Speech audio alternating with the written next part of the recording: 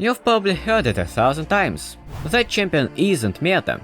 Play meta if you wanna climb. Or why are you trolling with that off-meta pick? And let's be honest, it's kind of frustrating, right? You just wanna play what you enjoy, but it feels like the game forces you into the meta. So, what are your options? Do you follow it, experiment with your own style, or is there a smarter way? Well, in this video, we are breaking down exactly what meta is, why it exists, and whether you really need to follow it to win. So, first things first, what does meta even stand for? It's actually an acronym, most effective tactics available. Basically, it refers to the strategies, champion picks, and item builds that are statistically the strongest in a given patch.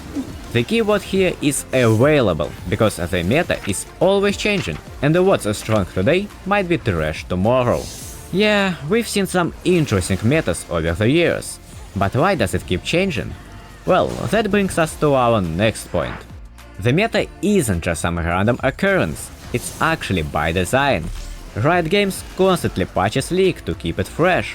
They nerf overpowered champions, buff underused ones, tweak items, and introduce new mechanics. Why?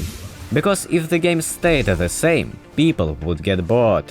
Imagine if Zeri Lulu, Lucian Nami would be still the meta. Yikes! But here's something that I've noticed from my own experience. Just because a champion becomes meta doesn't mean it actually gets stronger.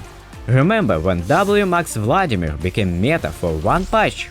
Everyone jumped on it, but guess what?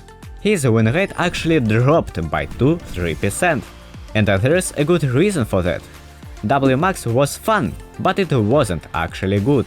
Before that, Q Max Vladimir was much more oppressive. He had sustain and damage, meaning he could actually pressure his opponent with empowered Q. Riot had to step in and nerf the interaction just to stop people from maxing W first for no reason. It's a perfect example of how just because something becomes meta, it doesn't mean it's the best. Here's the truth, the term meta is distorted. Right now, it's more about what's popular rather than what's actually the most powerful. And there's a pattern to it, one that most people don't even notice. Ever wonder why a champion's pick rate suddenly skyrockets overnight? More often than not, it's because a pro player or a big streamer, usually a one-trick, starts spamming a new build. Everyone sees it, everyone copies it, and suddenly it's meta. But here's the thing, at least half of these builds, they are not even optimal. Think about last summer, when people started rushing Warmax armor on supports. It felt really strong, but statistically, it wasn't the best choice in most cases. This is why blindly following meta can sometimes hurt your performance more than help it. And this is where things get really interesting, because the way pro players and streamers influence the meta doesn't just stop at the new builds. Whether you realize it or not, meta is shaped by what pros play and what popular streamers hype up. If a faker locks in an off-meta pick in LCK and smurfs on the enemy team, suddenly everyone in solo queue wants to play it. If a high-elo streamer starts spamming a weird build and wins, community explodes and starts spamming it too. And that's the exact pattern we just talked about, how something can become popular, not because it's the best, but because someone with influence played it. Sometimes this leads to actual meta shifts. Other times, it's just a trend that dies out as fast as it started. But what if I told you that the real secret to climbing isn't just following the meta? It's actually about exploiting it. Here's where things get really spicy. Off-meta picks aren't necessarily bad.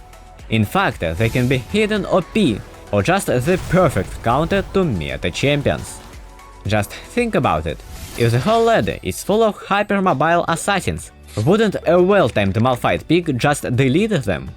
If enchanted supports are everywhere, maybe it's time to bring out poke compositions, so they will just get poked out and bleed.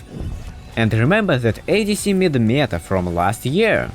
People were spamming Tristana, Corki, Zeri and even Lucian in mid lane, and they looked insanely strong.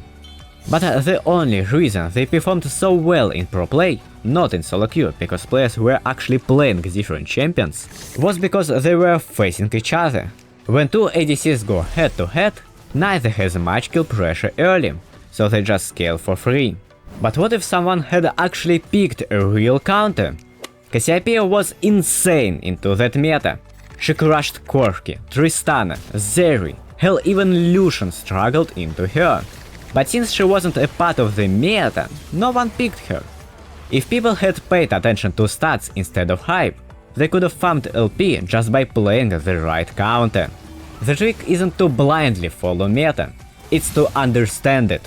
What's being played, why is it popular, and most importantly, how do you beat it? This leads us to the big question. Should you follow the meta? Short answer, no. Long answer, yes, to abuse it. Meta champions aren't strong most of the time. They have really hard counters and they don't perform well in general. If you really want to climb, don't just blindly follow the meta. Look at sites like LoL Analytics and check actual stats. There you will find the real overpowered champions, not just the ones that people spam because they saw them in pro play. Instead of picking what's popular, pick what's actually good. At the end of the day, meta is about perception, and the perception of players can be really biased. If you wanna have fun, just forget it and play what you want. But if you want to climb the most efficient way possible, stats is your friend, because they will provide objective information without any bias. And speaking of champions that are never really meta, but always perform so well, there are two ADCs that dominate every single patch, yet no one talks about them. Wanna know who they are and why they are so good? Click this video right here and I will break it all down. Like, subscribe and leave a comment if you enjoyed the video. Thanks for watching and I will see you on the Rift. Bye!